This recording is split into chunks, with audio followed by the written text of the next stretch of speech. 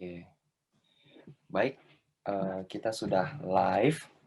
Mungkin Oke. kita buka dulu ya. Assalamualaikum warahmatullahi wabarakatuh. Selamat datang teman-teman semuanya di live on YouTube acara kita yaitu Konnichiwa. Kali ini acara ini dimoderatorkan bersama saya dan juga Lukita. Nah, jadi sebelum kita mulai, mungkin moderatornya perkenalan diri dulu ya, Lukita ya? Oke. Oke, perkenalkan semuanya. Nama saya Bagus Sidik Waskito Hadi. Saya saat ini lagi kuliah belajar di Shizuoka University, tahun kedua master di program Fisika Nuklir. Dan kali ini saya ditemani sama moderator yang paling cantik nih nanti, walaupun dia ada narasumbernya juga, dia tetap yang paling cantik. Ada Lukita Sari Ihsan. Silakan kenalan diri dulu. Terima kasih Bang Bagus. Halo teman-teman semuanya, perkenalkan saya Lukita Sari Ihsan, kohainya Bang Bagus dari S1, sekarang S2 pun jadi kohai juga. Saya tahun 1 master di Shizuoka University, tapi Hamamatsu Campus, dan sekarang menempuh jurusan Mechanical Engineering. Salam kenal semuanya, selamat datang di Konnichiwa. Oke, selamat datang ya. Ini berarti beda ya, Lukita ya? Kita beda jurusan ya? Kalau S1 dulu sama ya? Iya, S1 dulu jurusannya sama. Sekarang misah, beda kota, beda jurusan. Udah di Jepang pun belum pernah ketemu ya, Bang? Belum ketemu kita ya? Iya. Nanti insya Allah ketemu, masih ada waktunya. Oke. Oke, baik. Nah, mungkin bagi teman-teman yang belum tahu, Konnichiwa itu apa? Konnichiwa itu apa sih sebenarnya? Nah, Lukita bakal jelasin nih. Apa itu Lukita, Dek? Oke, teman-teman semuanya. Ini untuk kepengurusan PPI Jepang tahun 2021 ini acara Konnichiwa kedua ya di bulan Januari ini. Jadi Konnichiwa itu adalah program talk show dengan para pelajar dari salah satu Korda. Korda itu koordinasi daerah ya, Bang? Iya, Korda itu apa benar. sih? Iya. Di Kayak Jepang, gitu lah. seputar profil universitas, pengalaman studi narasumber di universitas tersebut, dan juga kehidupannya di lingkungan sekitar universitas. Dan untuk Konnichiwa pada bulan ini, ya, kita mengangkat topik yaitu musim dingin di utara Jepang. Gitu. Wah, keren banget topiknya. Mungkin Dingin. bagi teman-teman semuanya itu kalau ingat Jepang gitu pasti ingatnya main salju ya. Iya. Benar kan? Nah, Sejak Lucky di sini aja gitu ditanyain, udah lihat salju belum? Ada salju nggak? Gitu pasti iya, langsung iya, kayak gitu benar. kan? Dan Tohoku ini adalah salah satu daerah yang paling keren gitu saljunya ya. Iya. Beda Oke, banget baik. ya sama Shizuoka. Beda banget. Kalau di Shizuoka gimana, Dek? Apanya Bang? Kalau Shizuoka ada saljunya nggak? Ya nggak ada sih di periode ini ada ya Bang? Berapa kali? 2 kali ya? Iya, kayak gitulah. Iya.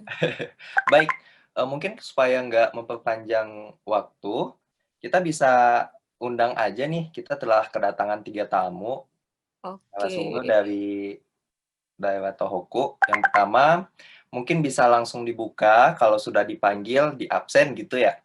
Yang pertama ada Mas Bagas Adi Kumoro. Selamat datang Mas Bagas. Halo, selamat Kemudian malam. selamat malam. Yang kedua ada Mas Eka Jatnika Nugraha. Selamat malam Mas Eka. Malam Mas Eka. Dan yang ketiga ada Mas Gracianto. Halo, selamat malam. Selamat malam Mas. Malam Mas. Oke, mungkin bisa kenalan diri dulu ya masing-masing narasumbernya ya.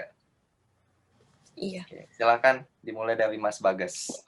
Oke, selamat malam buat teman-teman yang nonton live YouTube dan yang akan nonton. Perkenalkan, saya Bagas Adi Kumoro. Saya dari sekarang ini baru aja datang bulan Desember. Sekarang akan menempuh master di Departemen Bioresource Science Yamagata University, Yamagata. Dah, kira-kira itu dulu aja. Berarti kohai ya, kohai kita ya.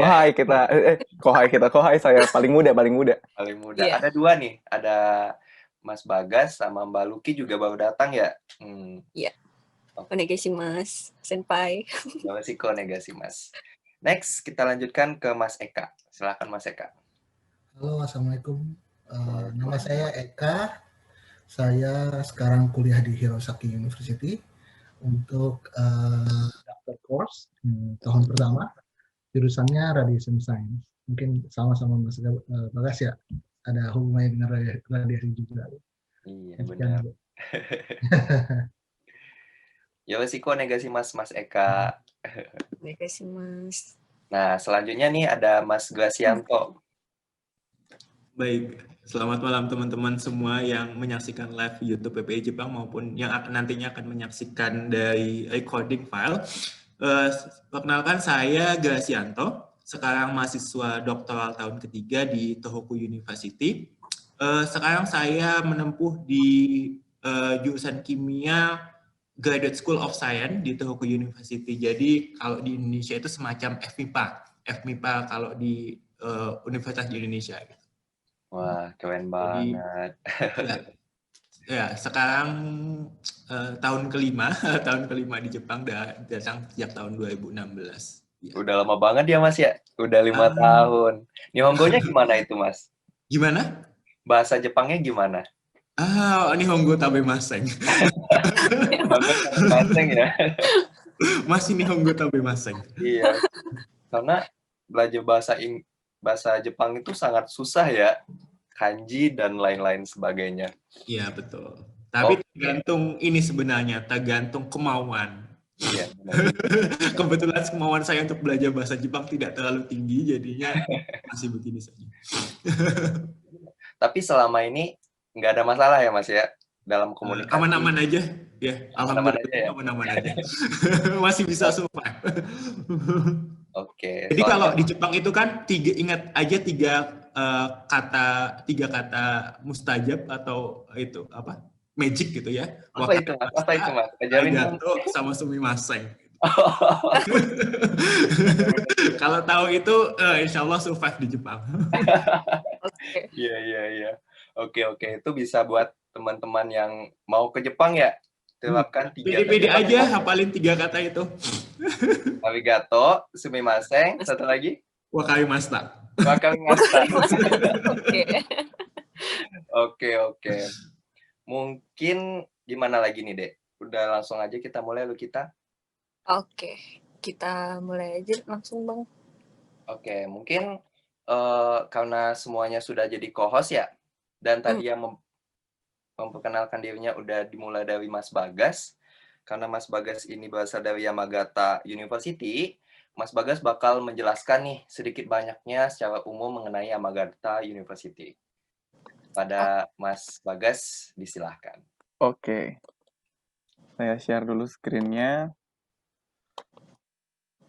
Oh. Udah kelihatan belum ya? Belum ya? Udah. Oh, udah. Oke.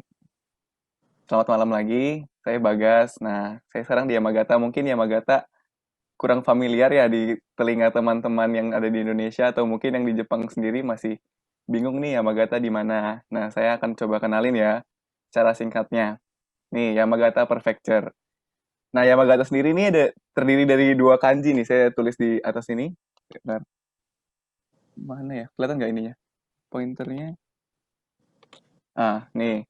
Ini Yama sama Gata. Yama tuh artinya gunung, terus Gata nih bentuk. Jadi kurang lebih prefecture ini dibentuk dari gunung-gunung. Nah, seperti yang sudah terlihat di sebelah kanan nih foto-fotonya isinya pegunungan semua. Nah, Yamagata tuh di mana sih? Yamagata tuh di Tohoku area nih atas. Yang ada merah di sini, ini Yamagata. Nah, yang titik merah ini Tokyo yang orang-orang pasti tahu lah, Tokyo. Kalau ke Jepang pasti ingetnya Tokyo. Nah, ini Tokyo dan ini Yamagata, jaraknya tuh 300 kilometeran. Jadi kalau ke Yamagata biasanya naik pesawat sekitar kurang lebih 1 jam. Nih luasnya nih, luas banget 9.323. Kalau dibandingin sama Jakarta, kota saya dulu, ini tuh 15 kalinya. 15 kalinya Jakarta. Nih penduduknya udah 1 juta. Penduduknya aja 1/12-nya yang di Jakarta. Di Jakarta kan 12 jutaan. Nah, ini juga industri yang utamanya pertanian dah. Makanya saya di sini tuh sekolahnya pertanian. Keren sih namanya Bioresource Science, tapi ini jauh banget dari tadi Mas Eka ya. Kalau saya tuh pertanian di sini. Nah, dari yang kita tahu karena di sini adalah dibentuk sama gunung-gunung yang terkenal, di Prefecture Yamagata ya gunung-gunungnya. Ini ada Haguro-sang, Gasang, Yudono-sang, ini 3 gunung terkenal secara spiritual dan ritual ini terkenal di Yamagata. Terus karena ini industrinya pertanian, ada beras nih. Mungkin yang di Yamagata, yang di Jepang, teman-teman yang di Jepang, kalau pernah dengar beras Suyahime, ini beras yang cultivarnya dari Yamagata, ini terkenal salah satu top rank katanya di Jepang. Sama karena ini industri pertanian, buah-buahannya juga oke, salah satunya cherry. Nah, saya ini sekarang belajar di Yamagata University. Yamagata University ini PTN, Public School. Ya, PTN-nya. Nah, Yamagata University ini punya 6 fakultas, terdiri dari 4 kampus. Kalau dari gambar di sini bisa dilihat, di sini ini ada Kojirakawa Campus, ada Iida Campus, ada Yonezawa Campus, sama ada Suruoka Campus. Nah, orang Indonesia yang di Yamagata University, semuanya nih di Fakultas Pertanian, di Faculty of Agriculture. Kami semua tinggalnya di Suruoka dan dekat-dekat Suruoka Campus ini. Terus, nih bisa dilihat kalau Suruoka Campus cuma ada 1 fakultas. Kojirakawa Campus nih pusatnya Yamagata. Kalau bukan dekan, rektorannya ya semuanya di sini di Kojirakawa Campus. Ada 3 fakultas, ada Fakultas Humanities and Social Science, ada Faculty of Education, Art and Science, juga ada Faculty of Science di MIPA. Terus ini ada Sospol sama ada pendidikan. Terus di sini Iida Campus nih kedokteran di sini, Faculty of Medicine, sama di Yonezawa Campus ada teknik. Bisa dilihat nih ada gambar-gambarnya kayak gini. Pokoknya kalau orang-orang yang mau keren, bentukannya kalau nggak ke Kojirakawa, ke Yonezawa. Kalau Suruoka biasa aja bentuk bangunannya. Nah, sistem pengajarannya gimana? Sistem pengajaran di sini, ini research-based program. Jadi, pertama kali kita datang, mahasiswa datang, itu udah langsung nyiapin di sini tuh mau penelitian apa. Jadi, misalkan master ya, master kan 2 tahun. Itu dari awal udah belajar, udah penelitian, udah nyusun penelitian, terus penelitian aja. Walaupun di sini bakal menempuh 30 SKS, nah sistem kelasnya itu kayak bukan kelas yang rutin kayak kita di Indonesia, setiap minggu ada kelas, setiap minggu ada kelas. Nah, enggak, kalau misalkan aku contohin, aku ngambil kelas soil science gitu. Nah, itu nggak tiap minggu, tapi tergantung senseinya. Senseinya maunya ketemu kapan, biasanya cuma 2 atau 3 kali pertemuan. Nah, habis itu dikasih tugas. Nah, itu udah selesai, tiba-tiba dapat nilai. Karena ini research-based program, jadi yang ditekankan adalah penelitian bersama supervisor sendiri. Nah, programnya ada program internasional karena saya di sini program internasional ya kelasnya dalam bahasa Inggris. Nanti ditawarkan sama sensei-senseinya tuh cuman dikit kok kelas yang pakai bahasa Inggris. Kalau mau masuk kelas yang lain yang menurut mahasiswa menarik boleh aja masuk, tapi dalam bahasa Jepang. Ya kalau emang udah jago bahasa Jepangnya sih masuk aja. Terus nah ini kalau mau master program dalam 2 tahun ngerjain tesis, terus nyelesain 30 SKS. Di sini doktoral program 12 SKS, terus minimal terbitin 1 jurnal internasional sama disertasi. Terus ini nah, fasilitas kampusnya apa aja? Ini mungkin umum ya di Jepang. Fasilitas kampusnya ada medical check up setiap 6 bulan, semua mahasiswa ini dicek kondisi kesehatannya. Dimulai dari ambil darah, terus scan torak, terus berat badan, tinggi badan, terus mata, sama tes urin. Nanti semua dicek, dapat laporannya. Kalau misalkan kenapa-napa tuh diinformasiin, jadi tenang aja. Terus di sini juga ada konseling. Konseling tuh bisa konseling penyakit, konseling mental, konseling pendidikan sama karir. Nih juga ada di sini terkaitannya. Itu di sini difasilitasi sama kampus. Bimbingan karir juga. Jadi walaupun teman-teman dari Indonesia terus bermaksud untuk kerja di Jepang, bisa banget ambil bimbingan karirnya.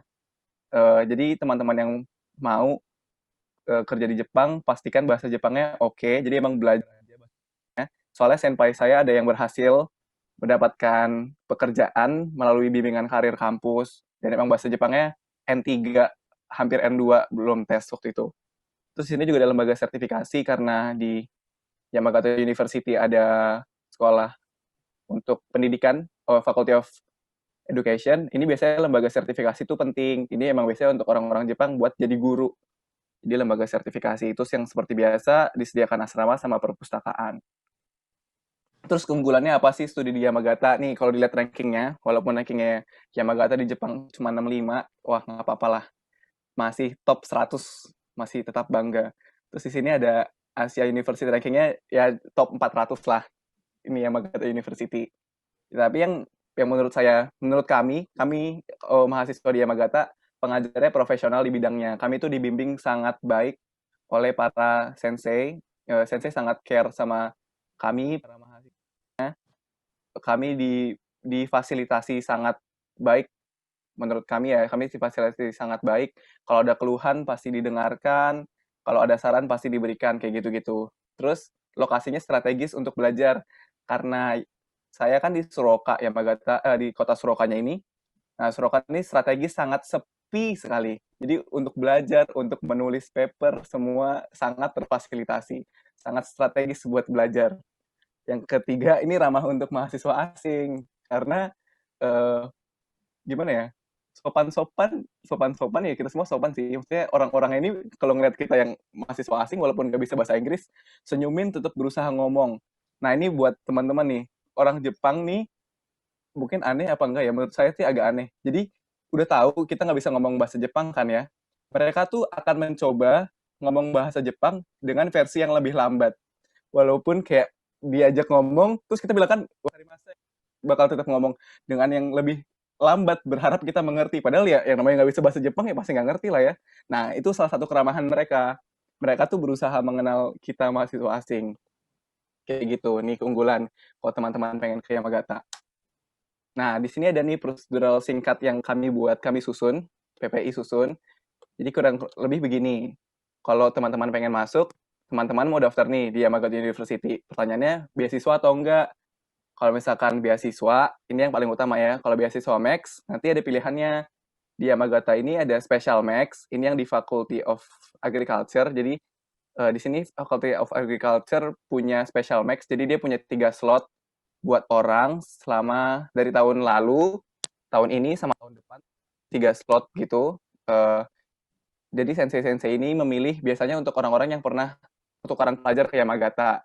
Biasanya ditawarkan, apakah kamu mau ke Yamagata pakai Special Max ini, mereka seleksi di dalam sangat cepat gitulah. Pokoknya ini tanpa research student, jadi tiba-tiba langsung mulai master. Terus kalau Max yang lain ada U2U, ini yang biasanya pakai research student selama 6 bulan sampai 2 tahun, tapi biasanya kita 6 bulan aja. Sama G2G ini Max yang ini ya, yang dari kedutaan, ya. Mungkin teman-teman udah pernah mendengar U2U dan G2G, mungkin PPI sering jelasin. Nah, misalkan ternyata daftar Max terus nggak keterima nih, atau nggak daftar Max, berarti langsung ngumpulin berkas. Nah, pas habis ngumpulin berkas, kurang lebih berkas yang dibutuhkan nih, ini bisa bahasa Inggris atau bahasa Jepang, bisa TOEFL, TOEIC, IELTS, JLPT, terus formulir pendaftaran, ijazah dalam bahasa Inggris, sama pas foto. Habis itu ujiannya bisa gelombang 1, 2, 3, gelombang 1, 2, atau 1 nih, September, Oktober, atau Juli, nanti keterima. Nah, kalau teman-teman belum dapat Max, teman-teman ini bisa cari beasiswa yang lain, nanti dijelasin di belakang. Nah, ini beasiswanya. Ini Max, ini biasanya sebelum keterima, udah bisa mencari Max sama Inpex ini, bisa mencari. Nah, kalau JSPS, Okazaki, ISDB, JASO, sama Rotary ini biasanya keterima dulu. Kalau yang pernah sebelumnya di sini keterima dulu. Jadi keterima dulu di Yamagata, udah masuk, nah baru biasanya berjuang untuk mendapatkan ini. Tapi katanya juga Okazaki bisa juga didapetin dulu, baru dapat daftar ke universitas juga bisa. Nah, JICA nih salah satu beasiswa umum di Jepang. Kalau di Yamagata University, yang biasanya dapat teman-teman dari Afrika yang biasanya dapat. Yang dari Indonesia belum ada yang pernah dapat JICA. Mungkin ntar teman-teman dari Mas Eka atau Mas Garsianto tuh bisa ngejelasin beasiswanya mungkin mirip-mirip. Kayak gitu, itu aja.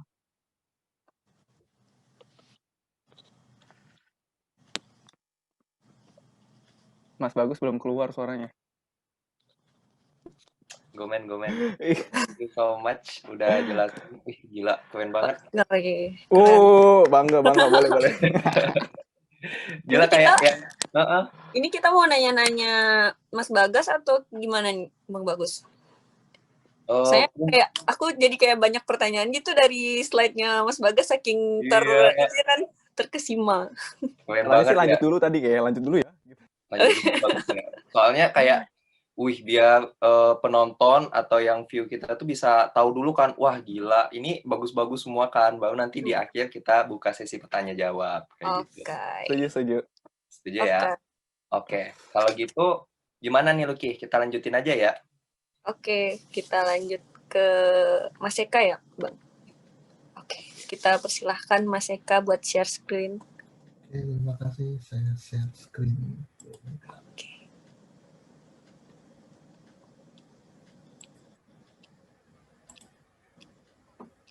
Oke.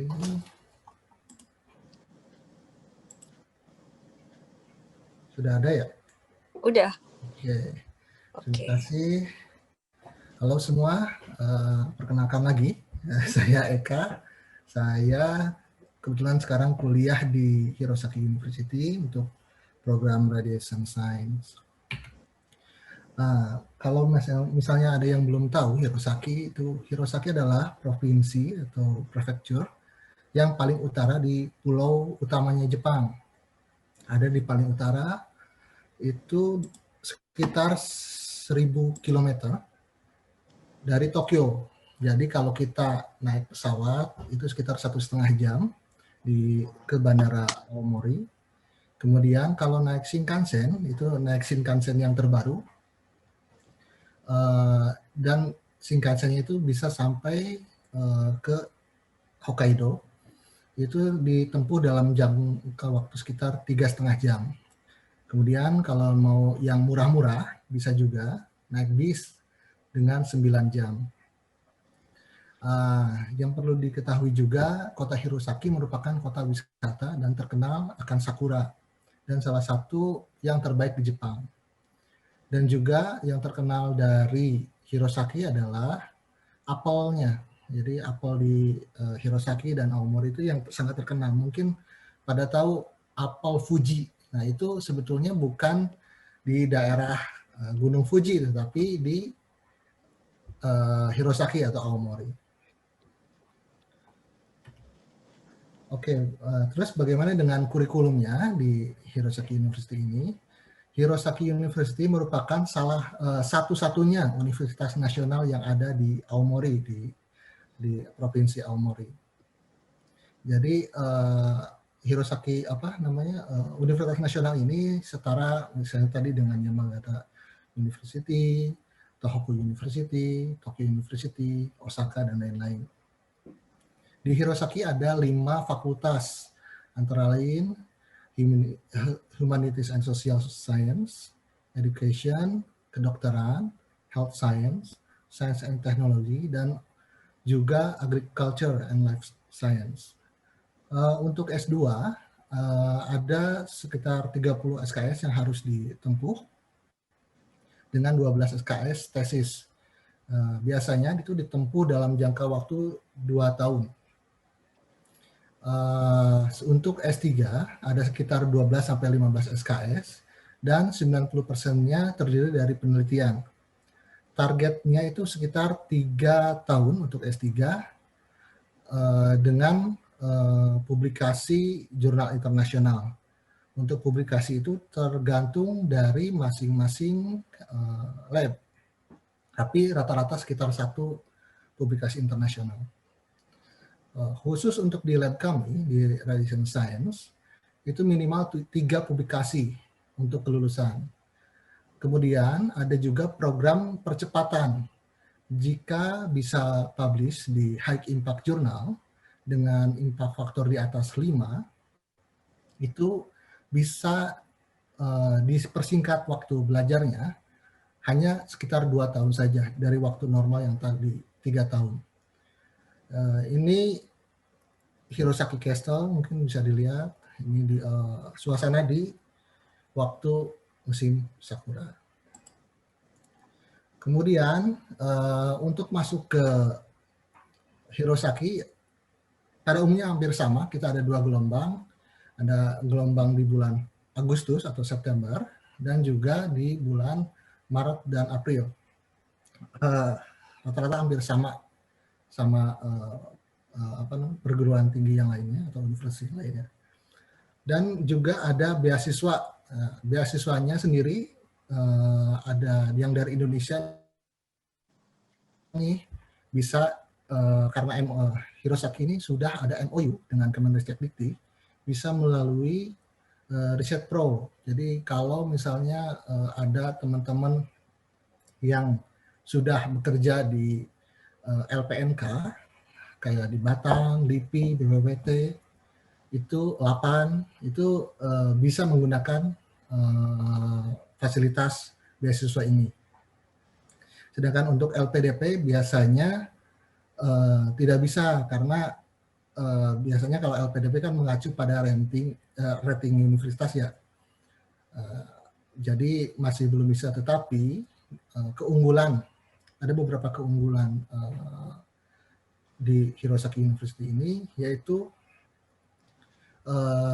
kepakaran. Jadi sebetulnya di Jepang kualitasnya itu tidak terlalu jauh antara yang rating 1 sampai rating berapapun itu tidak terlalu jauh. Tetapi masing-masing kampus mempunyai kepakaran sendiri-sendiri, jadi jangan khawatir. Kemudian untuk beasiswa lain dari Jepang sendiri, dari pemerintah Jepang ada JASO, MAX, JSPS, seperti yang tadi sebelumnya dikatakan. Kemudian khusus di Hirosaki itu ada dari pemerintah lokal dan juga swasta. Untuk tahun ini ada sekitar 14 beasiswa yang disediakan. Itu bisa diakses melalui situs ini. Atau ada juga pembiayaan pendidikan dengan metode lain. Jadi beberapa laboratorium atau lab atau jurusan itu mempunyai keunggulan atau kepakarannya sendiri-sendiri. Biasanya mereka mempunyai proyek yang sangat besar sehingga memerlukan tenaga untuk dipekerjakan. Salah satunya itu di lab saya di Radiation Science, kami ada beberapa proyek internasional. Jadi mahasiswa yang memiliki kriteria khusus, jadi ada kriteria khususnya itu dapat dipekerjakan paruh waktu tentunya. Dan untuk tuition fee bisa mengajukan pembebasan. Jadi ini kesempatan kalau misalnya mentok-mentok tidak mempunyai beasiswa. Kemudian sistem pengajarannya bagaimana sih? Bahasa pengajarannya tentu saja kalau untuk S1 itu harus Jepang. Tetapi untuk S2 atau S3 biasanya bahasa Inggris atau juga ada beberapa yang pakai bahasa Jepang, tapi tidak banyak karena untuk S2 dan S3 itu lebih ditonjolkan untuk penelitiannya. Universitas bersifat internasional ya, karena beberapa jurusan itu memiliki kepakarannya sendiri. Oke, mungkin itu saja yang bisa disampaikan. Terima kasih banyak. Oke. Gila, keren banget. Ini sebenarnya info yang paling aku tunggu-tunggu nih loh kita. Soalnya nanti bakalan, insya Allah ya, Mas Eka ya. Salah satu kandidatnya. Calon nih. Calon. Oke. Thank you Mas Eka. Nanti bakalan ada sisi tanya jawabnya. Oke. Kalau gitu, gimana nih Luki? Kita lanjutkan? Semakin panas nih Bang, semakin terbakar semangat buat ngajar beasiswanya. Kalau kita yang udah dapat pun kayak, oh ada beasiswa ini gitu kan. Jadi kita bakar lagi, ditambah sama Mas Gracianto. Kita persilahkan kepada Mas Gracianto buat share screen. Baik, saya coba share screen dulu. Semoga yang terakhir makin panas ya Mas. Penutup nih. Silahkan Mas Gracianto. Baik, Assalamualaikum warahmatullahi wabarakatuh. Selamat malam semuanya. Teman-teman yang menyaksikan live streaming dari YouTube PPI Jepang maupun yang nanti akan menyaksikan dari recorded file. Oke, jadi di Jepang sekarang, di Sendai ini sekarang udah jam 20.30 malam. Mungkin kalau teman-teman di Indonesia masih jam 6:30 ya. Jadi memang beda waktunya sekitar 2 jam. Dan sekarang sedang musim dingin, jadi memang wilayah Tohoku ini terkenal dengan ya lumayan lah dinginnya ya. Sekarang di Sendai saja -3 derajat Celcius. Dan alhamdulillahnya sedang tidak ada salju, jadi kita bisa pulang dengan aman dari lab. Oke, jadi pada kesempatan diskusi atau ini dari PPI Jepang kali ini saya akan sedikit ya tentang sharing tentang Tohoku University. Tohoku University kebetulan karena namanya Tohoku University ya memang lokasinya ada di Tohoku. Oke, jadi sebelum saya membahas tentang Tohoku University mungkin akan saya sedikit perkenalkan tentang di mana sih Tohoku University. Saya yakin dan percaya banyak teman-teman di luar sana yang belum tahu tentang Tohoku University karena kembali lagi ke saya juga baru tahu banyak tahu tentang Tohoku University itu ketika nyampe di Jepang. Bahkan sebelum saya datang ke Indonesia, saya tidak tahu Tohoku University itu ada di mana. Oh, ada ternyata kampus Tohoku University gitu ya. Jadi, Tohoku University ini lokasinya ada di Sendai. Jadi kalau teman-teman mungkin familiarnya dengan Tokyo atau paling tidak dengan Hokkaido atau Sapporo gitu ya. Jadi ini adalah kota yang paling populer di Indonesia, Tokyo dan Hokkaido. Jadi kalau teman-teman lihat di peta Jepang, jadi Sendai ini berada di sebelah utaranya Jepang. Jadi kalau teman-teman itu berangkat dari Tokyo, posisi Sendai ini ada di antara Tokyo dan Hokkaido. Jadi kalau teman-teman dari Tokyo mau Hokkaido itu nanti kalau naik pesawat itu akan melewati bawahnya Sendai, gitu di bawahnya. Kemudian kalau teman-teman ingat lagi di tsunami tahun 2011 yang sangat dahsyat yang menimpa Jepang, itu lokasinya ada di Tohoku. Gitu. Dan salah satu daerah yang kena dampaknya adalah di Sendai, dan Tohoku University adalah salah satu kampus yang terkena dampaknya pada saat itu. Cuman sekarang ini udah 10 tahun yang lalu dan sekarang recovery-nya sudah sangat bagus gitu. Di Jepang memang untuk recovery dan sebagainya sangat cepat. Kemudian Tohoku University ini sebenarnya kalau ranking bisa tergantung dari sumber mana rankingannya, kemudian setiap tahun juga berubah-ubah. Dan untuk tahun 2020, Tohoku University berdasarkan Times Higher Education, saya ambil dari website ini, berada di ranking 1 di Jepang. Gitu. Jadi kalau di Asia itu ada sekitar nomor 30. Dan balik lagi, ini tiap tahun penilaiannya akan berubah dan tergantung dari mana lembaga perankingan itu kita mensitasinya. Gitu. Dan kalau kita lihat dari persentase mahasiswa internasional yang ada di Tohoku, itu berada di sekitar 12%. Artinya kalau saya tidak tahu dengan pasti berapa jumlah mahasiswa yang ada di Tohoku University, tapi yang jelas ketika persentase 12%, mahasiswa internasional artinya atmosfernya sudah internasional di kampusnya gitu ya. Jadi lumayan internasional gitu untuk atmosfer kampusnya. Dan bagaimana sih tentang kurikulum dan sistem pengajaran di Tohoku University? Saya rasa hampir semua kampus di Jepang itu memiliki kurikulum yang sama. Dalam arti misalkan untuk mahasiswa magister itu rata-rata adalah 30 SKS. Kemudian untuk doktoral umumnya 20 SKS. Cuman yang membedakan dengan kampus-kampus yang ada di Indonesia mungkin sistem perkuliahannya. Jadi kebanyakan di Jepang itu saya rasa hampir di semua Jepang ya sistemnya adalah research based. Jadi misalkan mengambil program master 30 SKS, biasanya hampir 16%, hampir 50%-nya, misalkan 16 SKS itu adalah mata kuliah di lab gitu. Sedangkan sisanya adalah untuk mata kuliah yang di kelas. Berbeda dengan sistem yang ada di Indonesia. Di Indonesia misalkan kita mengambil master ada 40 SKS, biasanya untuk kuliahnya itu yang mengambil kelas itu sekitar 30, baru untuk tesis dan seminar serta penelitiannya totalnya ada 10 SKS. Itu yang membedakannya itu antara kampus di Indonesia dengan kampus yang ada di Jepang, sistem perkuliahannya. Dan kalau di Tohoku sendiri, seperti yang telah saya sampaikan di awal bahwa ini tidak jauh berbeda dengan kampus-kampus di Jepang pada umumnya.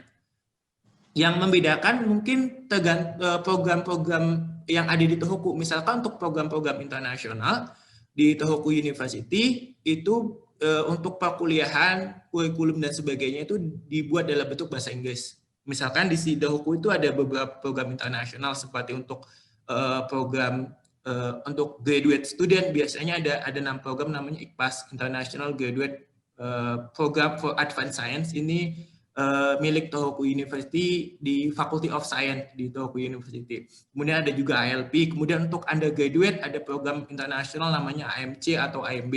AMC itu semacam jurusan S1 kalau di Indonesia itu kimia, S1 kimia. Jadi memang ada beberapa program di Tohoku University yang khusus untuk program internasional. Jadi semua aspek yang ada di dalam program itu diberikan dalam bentuk bahasa Inggris, mulai dari silabus, kemudian perkuliahan, presentasi dan sebagainya dalam bahasa Inggris. Kemudian untuk program reguler itu tetap diberikan dalam bahasa Jepang. Cuman untuk beberapa departemen atau fakultas yang memiliki program internasional, mahasiswa yang datang dari luar Jepang mengambil program reguler yang berbahasa Jepang itu boleh mengambil mata kuliah yang dari program-program internasional. Jadi tetap bisa mendapatkan pengajaran dalam bahasa Inggris meskipun di luar program ini. Dengan syarat itu tadi departemen atau fakultasnya itu ada program-program internasional kayak semacam Indonesia sit-in gitu. Jadi memang bisa transfer antar departemen dan sebagainya. Dan nanti salah satu contoh program internasional IKPAS nanti saya akan sampaikan di slide selanjutnya. Jadi yang sini saya ingin sampaikan bahwa Tohoku University ini memiliki 4 kampus. Rata-rata di Jepang itu memang gitu ya. Universitas itu memiliki beberapa kampus karena memang terkait dengan lokasi dan keterbatasan area di Jepang yang memang sudah sangat padat gitu. Jadi memang kampusnya itu tersebar. Dan itu biasanya kalau di Tohoku University pembagian kampusnya itu berdasarkan kajian atau researchnya. Misalkan di Tohoku University itu ada kampus Aobayama, Kawauchi, Seiryo Campus, dan Katahira Campus. Dan kalau untuk Kawauchi Campus biasanya untuk bidang sosial. Sosial itu kebanyakan diplotkan di Kawauchi Campus atau untuk mahasiswa S1 yang mengambil kuliah di kelas atau mengambil program-program bahasa Jepang itu biasanya berlokasi di Kawauchi Campus. Nah, kalau Seiryo Campus ini difokuskan buat medical, baik itu untuk kedokteran gigi maupun kedokteran umum. Dan kalau Katahira Campus itu lebih kepada material science atau pengembangan material di Tohoku University. Jadi umumnya di Katahira Campus itu karena dia pengembangan berbasis material atau pengembangan material itu, jadi banyak research institute yang ada di Tohoku University itu berlokasi di Katahira Campus. Jadi kalau kita amati, kalau ini adalah peta Sendai dan pusat kotanya itu ada di sini. Ini adalah stasiun Sendai, salah satu stasiun terbesar di Miyagi. Itu jadi memang lokasi terdekat kampus Tohoku University yang terdekat dengan pusat kota adalah Katahira Campus. Memang ini relatif lebih dekat dengan pusat kota. Cuman memang di Jepang kan sudah banyak subway dan transportasinya convenient gitulah ya. Jadi untuk pindah antar kampus pun sangat nyaman itu, bukan menjadi masalah yang besar gitu. Jadi kita misalkan saya lokasinya ada di Katahira Campus, kebetulan laboratoriumnya ada di Katahira Campus. Jadi kalau saya mau transfer ke Kawauchi Campus atau Aobayama Campus, Seiryo Campus itu pertama ada fasilitas bus kampus untuk transfer antar kampus. Kalau misalkan tidak mau menggunakan bus kampus, kita bisa menggunakan subway dan itu lokasinya juga tidak jauh dari lokasi kampusnya. Oke, seperti yang telah saya sampaikan di slide sebelumnya bahwa di Tohoku University itu ada beberapa program internasional yang memang sistem pengajarannya juga dalam bentuk diberikan dalam bahasa Inggris gitu, Nah, di sini saya akan sedikit saya sampaikan salah satu program internasional di Tohoku, ada namanya IKPAS. IKPAS ini singkatan dari International Graduate Program for Advanced Science. Ini memang sudah didirikan sejak tahun 2004, berarti sekitar 17 tahun yang lalu ya. Jadi sudah lama gitu memang program internasional ini. Dan kebetulan untuk IKPAS ini berafiliasi dengan Graduate School of Science. Kalau di Indonesia itu adalah MIPA. Jadi seperti di Indonesia, halnya di Indonesia. Jadi kalau di MIPA itu ada kimia, fisika, matematika, geofisika, geosains, biologi, dan astronomi. Kemudian karena ini adalah program internasional, maka otomatis kuliah diberikan dalam bahasa Inggris. Jadi sekarang karena ini memang program sudah lama di Tohoku, jadi memiliki mahasiswa dan alumni sekitar 250 orang dari berbagai negara. Sejauh ini ada 25 negara sih. Nah, untuk program IKPAS itu berapa lama sih durasinya? Itu ada paketan namanya. Jadi paket pertama itu bisa ngambil master 2 tahun, atau paket kedua doktoral 3 tahun, atau mau paket combo master dan doktoral, jadi totalnya ada 5 tahun gitu ya. Nah, kemudian apa syaratnya kalau untuk mengambil program master? Artinya apa? Syaratnya harus sudah lulus S1 gitu ya. Jadi memang sudah punya ijazah atau mau lulus, jadi ada surat keterangan lulus yang bisa nanti dimasukkan dalam syarat administrasi. Nah, kalau untuk doktoral sendiri ya syaratnya memang sudah lulus S2 gitu ya. Nah, untuk masuk program IKPAS ini memang kayaknya di Jepang juga komponen biaya tuition fee gitu ya tidak jauh berbeda antara kampus yang ada di Jepang. Gitu. Jadi memang ini adalah gambaran kasar dari untuk kuliah di Jepang atau lebih spesifik di Tohoku University. Mungkin ada sedikit beda, tapi saya rasa untuk komponen biaya, terutama ya tuition fee itu tidak jauh berbeda antara kampus yang ada di Jepang, baik itu swasta maupun negeri. Nah, semua komponen biaya ini akan digratiskan jika teman-teman lolos beasiswa. Dan memang program IKPAS ini dikoppel atau disupport oleh Max gitu ya. Jadi memang ada support, ada financial supportnya dari Max. Dan karena ada financial support, artinya memang ada kuota, tidak semua mata yang mau mendaftar itu keterima di program ini. Memang ada kuotanya, dan sejauh ini untuk program master itu ada 2 orang kuotanya yang dapat beasiswa ya. Kemudian untuk doktoral itu 2 orang. Dan apa saja yang di-cover oleh beasiswa Max ini? Pertama adalah gratis biaya pendaftaran, uang masuk dan uang CPP yang telah saya sampaikan di slide selanjutnya sekitar berapa tadi? 70 atau 80 juta. Kemudian biaya hidup 146.000 yen untuk program master dan 147 program doktoral. Ini saya rasa hampir sama di seluruh program financial support yang dibiayai oleh Max itu umumnya sekitaran segini gitu ya. Mungkin yang agak sedikit berbeda untuk undergraduate student itu sekitar 110 yen. Kemudian teman-teman akan digratiskan ini tiket pesawat Indonesia Sendai PP. Jadi ketika berangkat dari Indonesia dan ketika nanti setelah wisuda dan pulang ke Indonesia, tiketnya akan di-cover oleh Max ini. Kemudian ya karena ini di-cover oleh Max, salah satu institusi pendidikan yang ada di Jepang, maka visanya juga teman-teman akan digratiskan untuk masuk ke program Max, program IKPAS melalui jalur Max ini. Nah, untuk dapat beasiswanya apa sih syaratnya? Syaratnya itu karena ini sistemnya pakai kuota dan ada ujian tertulisnya. Jadi teman-teman ya harus ini sistemnya grading itu rankingan. Jadi memang ranking siapa yang rankingnya tinggi itu yang akan diprioritas untuk dapat beasiswa Max. Kemudian ada lagi nggak sih program-program beasiswa-beasiswa di Tohoku University selain dari Max gitu ya. Jadi ada beberapa program beasiswa yang memang ditawarkan oleh Tohoku University. Seperti teman-teman yang bisa dilihat di slide, itu ada Global Haki Scholarship for Doctoral Student. Itu memang khusus untuk doctoral student. Dan ini syaratnya teman-teman harus sudah enroll dulu, udah masuk ke Tohoku University baru bisa apply program ini. Beda kalau tadi program IKPAS yang saya sampaikan sebelumnya, itu teman-teman bisa apply dari Indonesia gitu ya. Kemudian di saat yang bersamaan teman-teman mendaftar juga di Jepang. Tapi kalau bedanya dengan beasiswa yang Global Haki Scholarship for Doctoral Student ini, syaratnya memang harus sudah enroll dulu, sudah masuk ke Tohoku University, nanti bisa apply. Kemudian ada juga Tohoku University President Fellowship. Ini yang di cover itu ada beasiswa SPP sama uang bulanan sekitar 80.000 atau 90.000 yen.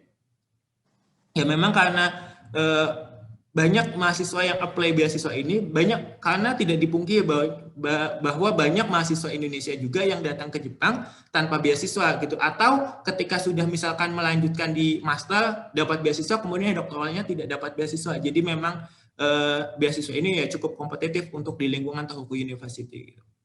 Kemudian ada Monbu Garakusho Honor Scholarship, ini memang relatif lebih rendah dari jumlah beasiswa max yang lain, karena yang lain itu kan sekitar 146 atau 147, atau untuk undergraduate untuk S1 minimal 110.000 yen lah. Cuman ini diberikan sekitar 48.000 yen per bulan. Cuman masih lumayan lah daripada kita tidak sama sekali dapat beasiswa kan. Kemudian ada juga scholarship for international student oleh perusahaan, misalkan ada dari Satoyo ataupun dari Hitachi, mereka bekerja sama dengan Tohoku dan menawarkan beberapa beasiswa di sini. Itu saja mungkin selayang pandang tentang Tohoku University, baik terkait dengan posisi kampusnya, kemudian beasiswanya, kemudian atmosfer kampusnya. Oke, nanti mungkin kalau ada hal-hal yang mau ditanyakan lain tentang Tohoku University bisa dilanjutkan di sesi selanjutnya. Terima kasih. Oke. Terima kasih Mas Gracianto. Luar biasa. Atmosfernya berasa sampai ke Shizuoka, Bang. Iya, bener banget. Gila. Narasumber nih yang